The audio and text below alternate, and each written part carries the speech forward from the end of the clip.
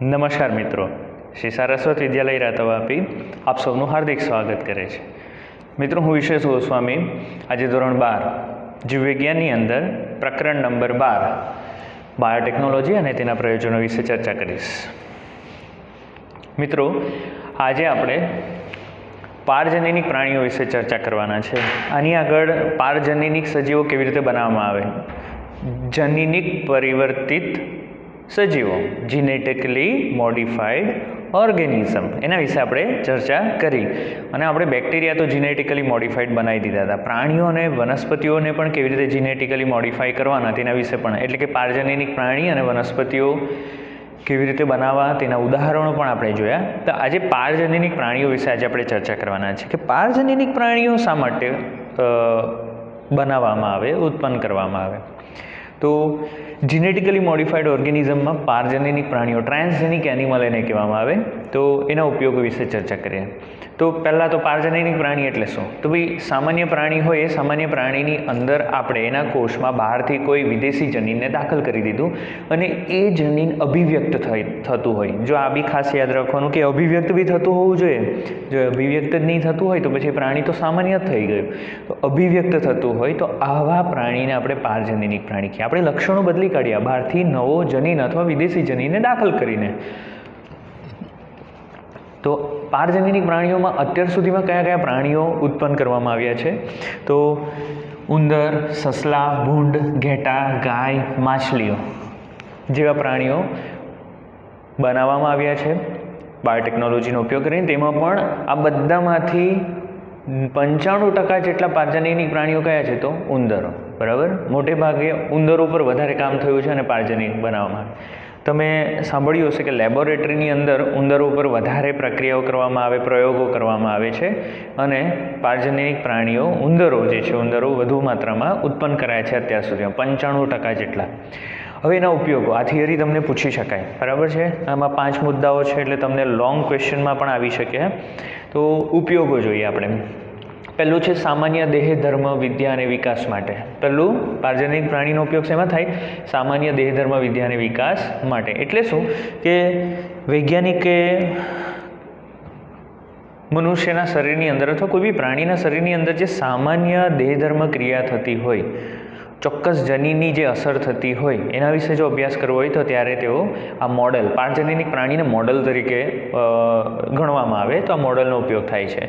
અહીં જનીનો કેવી રીતે નિયંત્રિત થાય છે, બરાબર. આપણે લેક ઓપેરન્ટ ભણી ગયા, બરાબર.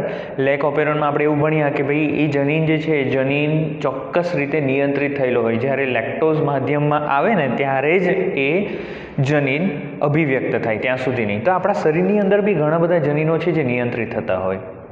એક ઉદાહરણ આપું તો આ ત્વચા છે, બરાબર. ત્વચાના કોષો જે છે એની અંદર બી 23 જોડ રંગસૂત્રો તો છે જ. એનો મતલબ એવો થયો કે અહીં પેપ્સિન, ટ્રિપ્સિન ઉત્સેચક ઉત્પન્ન કરવાવાળા જનીનો પણ આ કોષોમાં છે, પરંતુ તેઓ પેપ્સિન, ટ્રિપ્સિન કે HCl ઉત્પન્ન નથી કરતા. કેમ નથી કરતા? કારણ કે અહીંયા જરૂર નથી. તો અહીં કેવી રીતે નિયંત્રિત થાય છે? તો જનીનોનું નિયંત્રણ કેવી રીતે થાય છે એનો અભ્યાસ કરવા માટે આપણે પારજનીનિક પ્રાણીનો ઉપયોગ કરીએ. શરીરના વિકાસ તેમજ શરીરના સામાન્ય કાર્યો જે છે એના ઉપર વિવિધ જનીનો કેવી રીતે અસર કરે છે એના અભ્યાસ માટે પણ આપણે પારજનીનિક પ્રાણીઓનો ઉપયોગ કરીએ છીએ.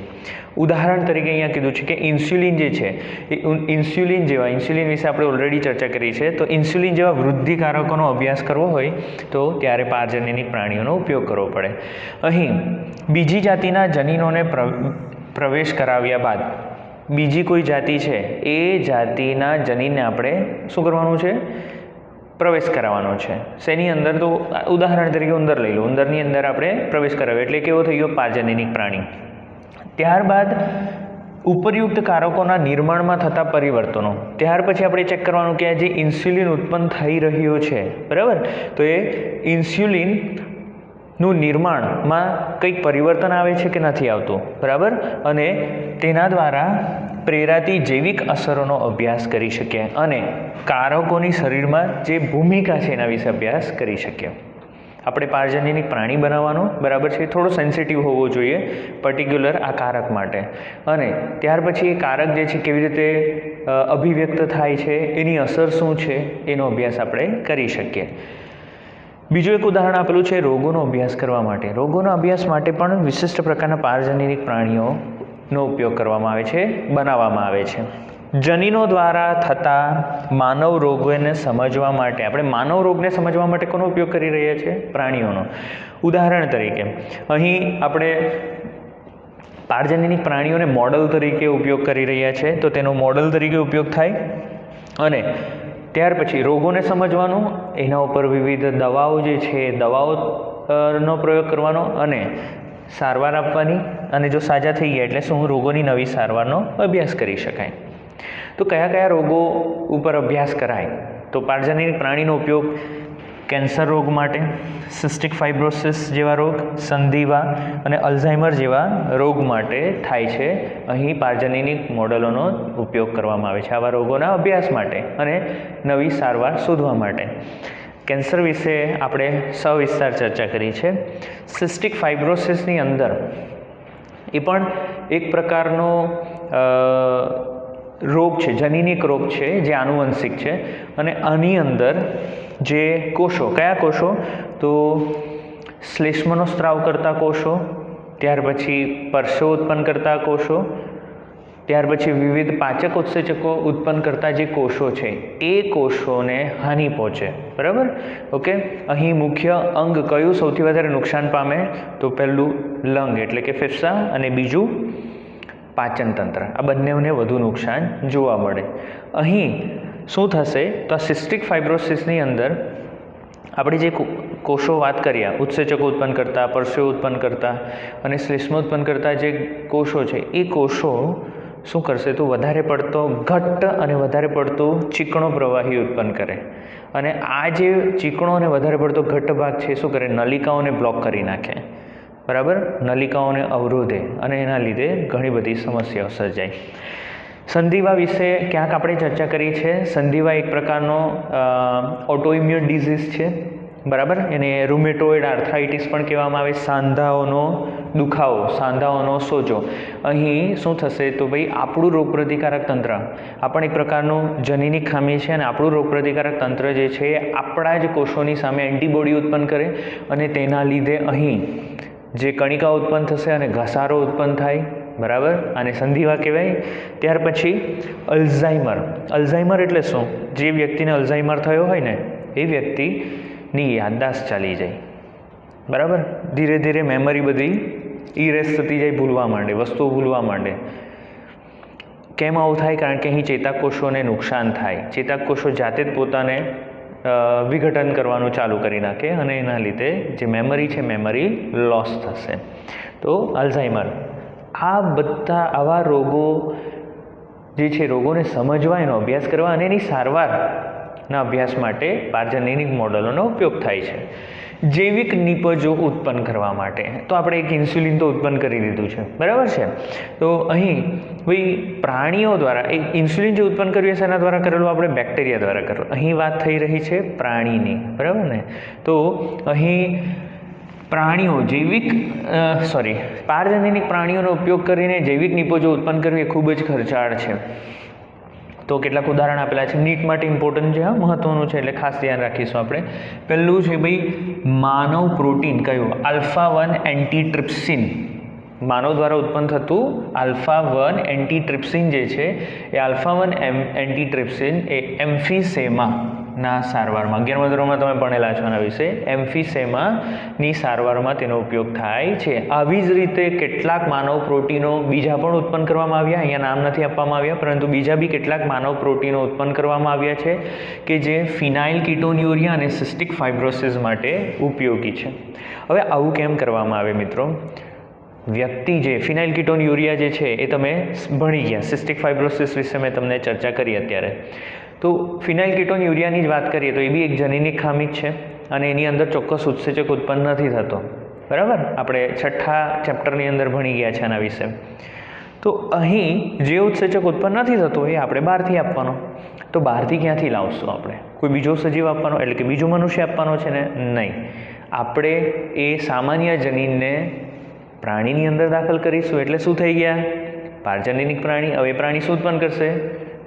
આ પ્રોટીન અથવા ઉત્સેચક, એ ઉત્સેચક આપણે એક્સક્રેટ કરવાનો રુધિરમાંથી અને એને દવા તરીકે ઉપયોગ કરાવવાનો અને સારવાર આપવાની. આ પણ પૂછી શકાય નીટની અંદર, મહત્ત્વનું છે. બરાબર. 1977માં પ્રથમ પારજનની ગાય, કઈ પ્રથમ પારજનની ગાય એટલે કે રોઝી, કઈ પ્રથમ પારજનની ગાય રોઝી, બરાબર, બનાવવામાં આવેલી હતી. તેના દ્વારા માનવ પ્રોટીન સભર દૂધ ઉત્પન્ન કરાવવામાં આવ્યું. બરાબર. માનવ પ્રોટીન સભર દૂધ કે જેમાં 1 લિટરની અંદર આ જે માનવ પ્રોટીન હતું એ કેટલું હતું? 2.4 મીટર. આપણે એવું કહીએ કે ભાઈ નવજાત શિશુ હોય તેને એટલીસ્ટ 6 મહિના સુધી તો સંપૂર્ણ સ્તનપાન કરાવવું. WHO પણ આ જણાવ્યું છે. કારણ કે માતાના દૂધની અંદર આપણે ગાય ભેંસનું પણ તો દૂધ આપી શકીએ ને, તે છતાં માતાનું દૂધ કેમ? કારણ કે પહેલું એક તો એન્ટીબોડી હોય એની અંદર, અને બીજું કે એની અંદર આલ્ફા લેક્ટાબ્લ્યુમિન આવેલું હોય. મનુષ્યનું પ્રોટીન કયું? આલ્ફા લેક્ટાબ્લ્યુમિન, જે ખૂબ જ પોષણયુક્ત હોય છે.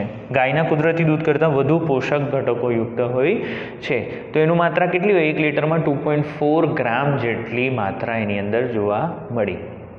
શું કર્યું હશે અહીંયા? જે માનવ છે એટલે કે સ્ત્રી છે, બરાબર છે, સ્ત્રીની અંદરથી આ જે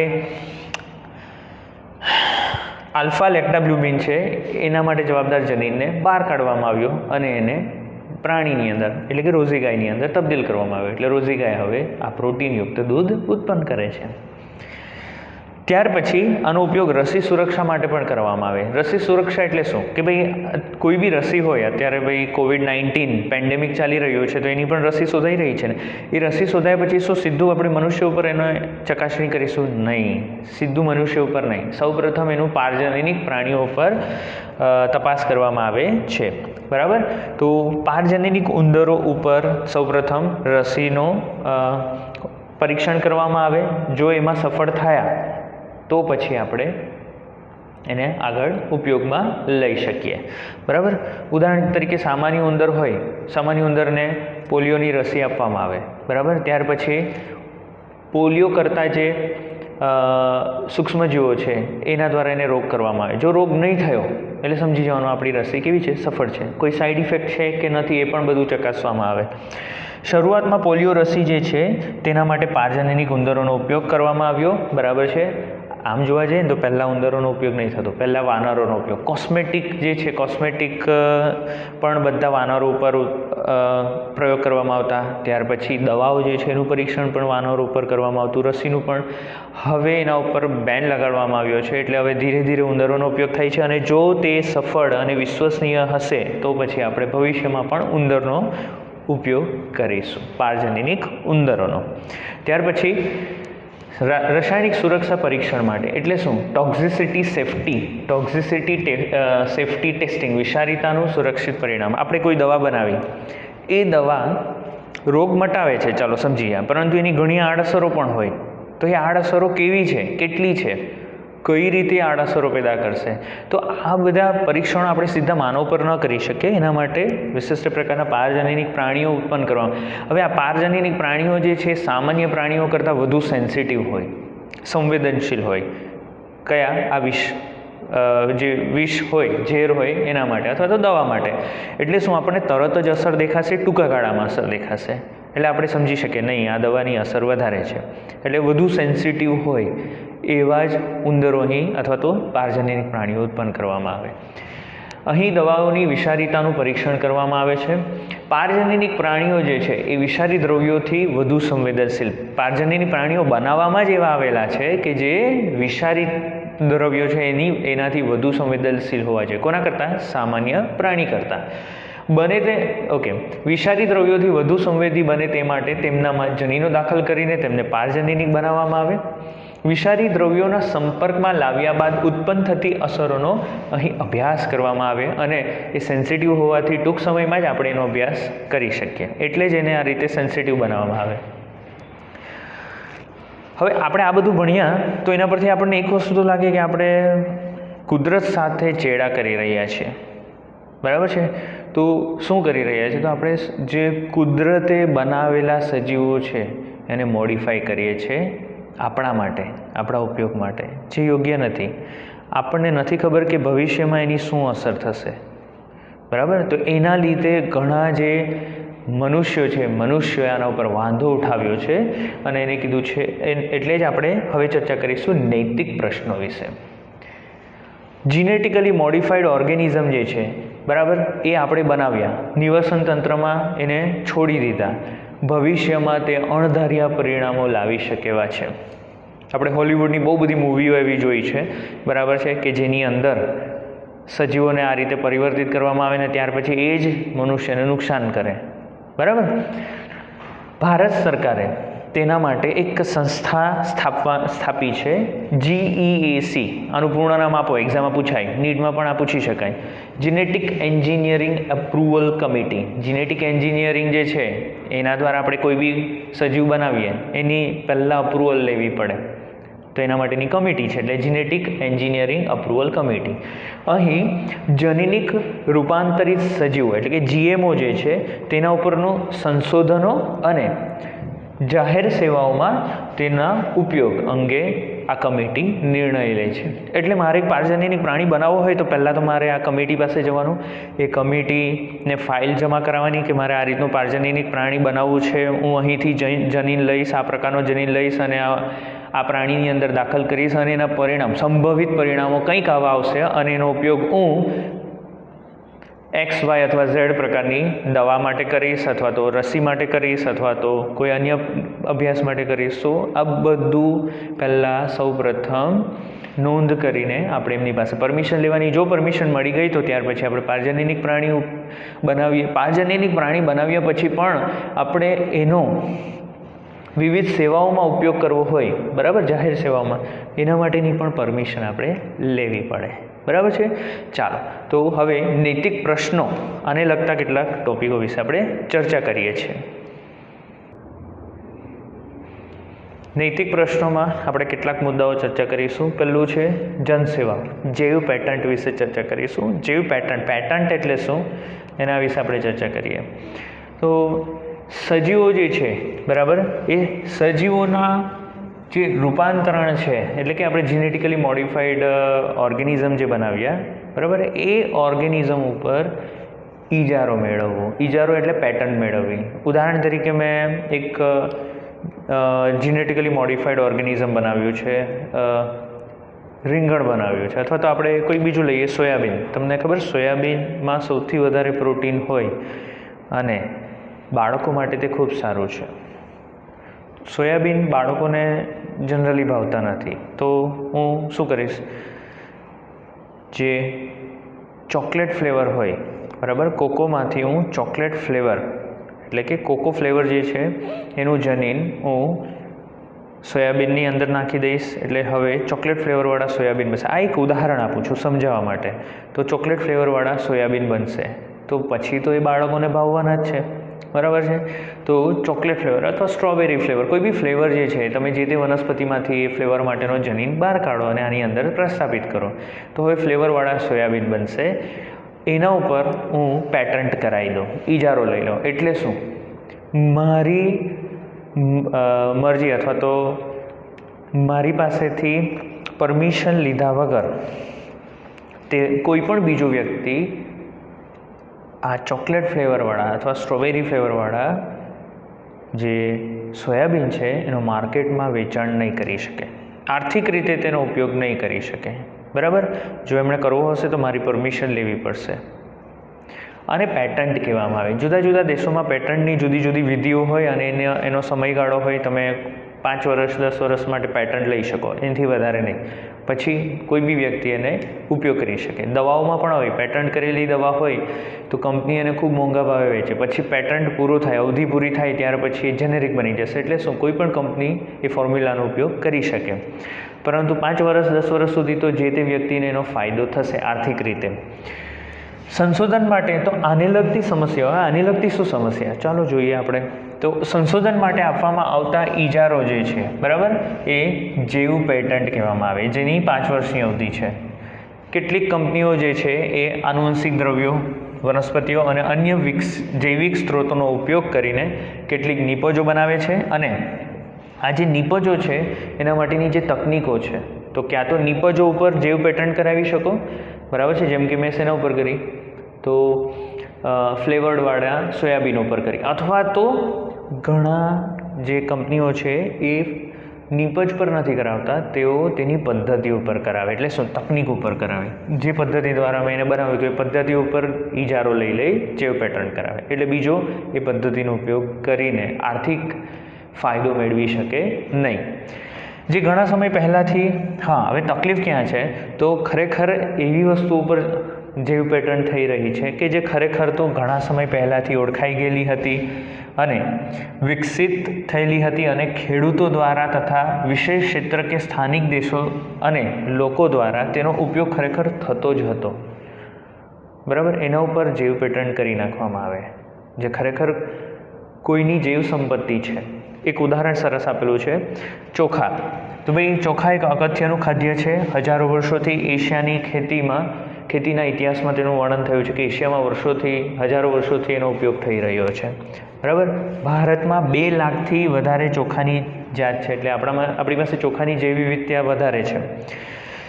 બાસમતી ચોખા, હા, નામ સાંભળતા જ બાસમતી ચોખાનું નામ સાંભળે એટલે આપણી સામે દેખાઈ જાય, સ્મેલ આવી જાય. બરાબર, એની ખૂબ સરસ સુગંધ હોય. તો બાસમતી ચોખા જે છે, જે અનોખી સુગંધ અને સ્વાદ ધરાવે છે, એના માટે ફેમસ છે. એની 27 ઓળખાયેલી જાતો ભારતમાં છે. થયું શું? વર્ષ 1977માં અમેરિકન કંપનીએ શું કર્યું તો ભારતીય બાસમતી ચોખાને અર્ધવામન જાત સાથે સંકરિત કરી. અર્ધવામન એટલે કે જે ચોખાનો છોડ છે, બરાબર છે, ભાતનો જ છોડ છે, એ થોડોક કદમાં ટૂંકો હોય અને અર્ધવામન કહેવાય. તો અર્ધવામન જાત સાથે એમણે શું કરી? સંકરિત કરાવી અને એના દ્વારા જે ઉત્પન્ન થઈ જાત એને નવી જાત કહી દીધી. અને આ નવી જાત એમણે શોધી છે અને એના ઉપર પેટન્ટ લઈ લીધી. કોના પાસેથી લીધી? તો US પેટન્ટ એન્ડ ટ્રેડમાર્ક કાર્યાલય દ્વારા પેટન્ટ લીધી. એટલે શું ભાઈ, આ બાસમતી ચોખા એ તો આપણા ભારતની ધરોહર છે. આપણે વર્ષોથી, હજારો વર્ષોથી એનો ઉપયોગ કરીએ છીએ, એનું આપણને નોલેજ છે. બરાબર છે, અને તે છતાં એમણે આ પ્રયોગ કરીને નવી જાત બનાવી દીધી એવું કહીને એના ઉપર ઇજારો લઈ લીધો. એટલે હવે આપણે જો બાસમતી વેચવું હોય ઉગાડીને, તો આપણા ખેડૂતોએ એમની પરમિશન લેવી પડે. આને કહેવાય જૈવ પેટન્ટ અને તેને લગતી સમસ્યાઓ. બરાબર, તો બાસમતી જાત છે ખરેખર તો ભારતીય ખેડૂતોની પરંપરાગત જાતમાંથી વિકસાવવામાં આવેલી છે. બરાબર, આમ ભારતીય જાત જે છે એનો ઉપયોગ આપણે હવે નહીં કરી શકીએ ને બીજા. બરાબર, તો આના માટે પછી વિરોધ કરવામાં આવ્યો હતો. ભારતીય પરંપરાગત ઔષધો જે છે, જેમ કે હળદર છે, લીમડો. હવે આપણને ખબર છે હળદર અને લીમડો આપણા માટે તો એક ઔષધ તરીકે છે અને એનો આપણે ઘરગથ્થુમાં પણ ખૂબ ઉપયોગ કરીએ છીએ. એના ઉપર પણ વિદેશી કંપનીઓએ પેટન્ટ લેવાનો પ્રયત્ન કર્યો છે. બરાબર છે. આમ અન્ય દેશો જે છે એ આપણો સમૃદ્ધ વારસો છીનવાનો પ્રયત્ન કરે છે આ જૈવ પેટન્ટ દ્વારા. એટલે જૈવ પેટન્ટ સારી પણ છે અને એના નુકસાનો પણ છે. આપણા ટેક્સ્ટબુકમાં નથી, આ વધારાનો એક મુદ્દો અહીંયા રજૂ કરેલો છે મેં.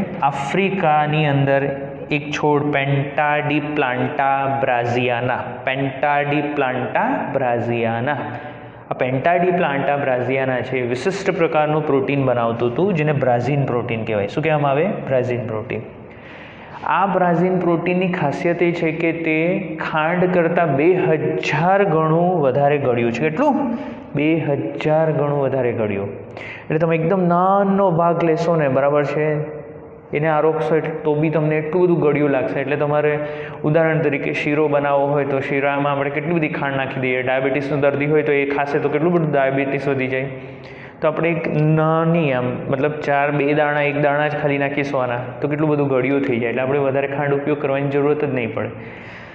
હવે આ ધરોહર કોની છે? આફ્રિકાની. યુએસની કંપનીએ શું કર્યું તો યુએસ કંપની જે છે એમણે આ બ્રાઝીન પ્રોટીન માટે જવાબદાર જનીનને મકાઈની અંદર નાખી દીધો અને એ મકાઈ દ્વારા આ પ્રોટીન ઉત્પન્ન થયું, એને એક્સટ્રેક્ટ કર્યું અને એમાંથી ખાંડ બનાવવામાં આવી. આ ખરેખર ધરોહર કોની છે? આફ્રિકાની છે. ફાયદો કોને થવો જોઈતો હતો? આફ્રિકાને. બરાબર છે.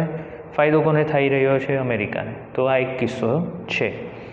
ત્યાર પછી આપણે ચર્ચા કરીશું જૈવ તસ્કરી, બાયોપાયરસી. પાયરસી વિશે તો તમે જાણો છો, આપણે મોબાઈલમાં મૂવીઝ, ત્યાર પછી સોંગ્સ ડાઉનલોડ કરીએ છીએ, બરાબર છે, જેના માટે આપણે કશું પે નથી કરતા જે તે કંપનીને, અને પાયરસી કહેવામાં આવે. તેવી રીતે બાયો પાયરસી, જેવ તસ્કરી પણ હોય. તો કેવી રીતે? તો અત્યારે આપણે ઉદાહરણ જોયા કે ભાઈ આપણી ધરોહર, આપણું નોલેજ એ કોણે લઈ લીધું, એનો ઉપયોગ કોણે કર્યો? બહારની કંપનીઓએ, બરાબર. અને એમાંથી એક નવી જાત બનાવી દીધી અને ફાયદો હવે એ લેવા મળ્યા. એને જ કહેવાય જેવ તસ્કરી. તો ભાઈ બહુરાષ્ટ્રીય કંપનીઓ, અન્ય સંગઠનો શું કરશે? તો જીવ સંપત્તિઓનું પેટન્ટ કરાવી નાખે. જે તે દેશના તથા સંબંધિત લોકોની સત્તાવાર મંજૂરી અથવા તો આર્થિક લાભ આપ્યા વગર જેનું શોષણ કરે. ખાંડ બનાવી એનો વાંધો નથી, બરાબર, પરંતુ એનો આર્થિક લાભ, જે ફાયદો થતો એના અમુક ટકા આફ્રિકાને મળવા જોઈતા હતા એ નહીં મળ્યા. ઔદ્યોગિક રાષ્ટ્રો અથવા તો વિકસિત દેશ જે છે, બરાબર, વિકાસશીલ નહીં, વિકસિત દેશો છે, એમની પાસે તેઓ આર્થિક રીતે ખૂબ સમૃદ્ધ છે, પૈસા બહુ છે, પરંતુ જે વિવિધતા ઓછી છે અને તેનું જે નોલેજ પણ હોવું જોઈએ એ નોલેજ પણ ઓછું છે. જ્યારે વિકસિત દેશો છે એ આર્થિક રીતે નબળા છે, પરંતુ એમની પાસે જે વિવિધતા પણ પુષ્કળ છે અને એના માટેનું એમને પારંપરિક નોલેજ પણ ખૂબ વધારે છે. તો આ લોકો શું કરશે? ઔદ્યોગિક રાષ્ટ્રો છે, કંપનીઓ છે, એ આ વિકાસશીલ દેશો પાસે જશે, બધું નોલેજ લઈ લેશે, એમાંથી થોડા ઘણા ફેરફાર કરી નવી જાતો બનાવી દીધી અને એના ઉપર પેટન્ટ લઈ લેશે. આના દ્વારા તેઓનો સમય, શક્તિ, ખર્ચનો બચાવ થશે, બરાબર છે. આમ હવે જીવ તસ્કરીને લઈને વિવિધ રાષ્ટ્રો અને દેશો ભેગા મળીને આના ઉપર ચર્ચા કરી છે અને આવું નહીં થાય એના માટેની કાળજીઓ રાખવામાં આવે છે. વિવિધ સંગઠનો બનાવવામાં આવ્યા છે, સંસ્થાઓ બનાવવામાં આવી છે અને એના દ્વારા ચોક્કસ નિયમો બનાવવામાં આવ્યા છે જેના દ્વારા આવું ન થાય. ભારતીય સંસદમાં હમણાં જ ઇન્ડિયન પેટન્ટ બિલમાં બીજો મુસદ્દો લાગુ કરેલ છે કે જે એવા મુદ્દાઓને ધ્યાનમાં લેશે જેના અંતર્ગત પેટન્ટ નિયમ સંબંધિત જે ઝડપી પ્રાવધાન છે, એટલે કે ખૂબ ઝડપી ચોક્કસ એક ડિસિઝન લેવો અને સંશોધન અને વિકાસીય પ્રયાસ સામેલ કરવામાં આવેલા છે. તો આ થયું જૈવ તસ્કરી. તો આની સાથે આપણે આજે આ ચેપ્ટર પૂર્ણ કરીએ છીએ. ખૂબ મહત્ત્વનું છે અને આમાંથી ઘણા બધા પ્રશ્નો પૂછાઈ શકાય, લાંબો પ્રશ્ન બી પૂછાઈ શકાય, 3 માર્કની ટૂંક નોંધ પૂછી શકાય અને નીટ માટે પણ ખૂબ મહત્ત્વનું છે. આ મુદ્દો ટેક્સ્ટબુકમાં નથી, નોંધ કરી શકો છો તમે, બરાબર છે. જેટલું વધારે વાંચન કરશો એટલું 11મું અને 12મું ચેપ્ટર તમને વધારે સમજ પડશે. Thank you so much.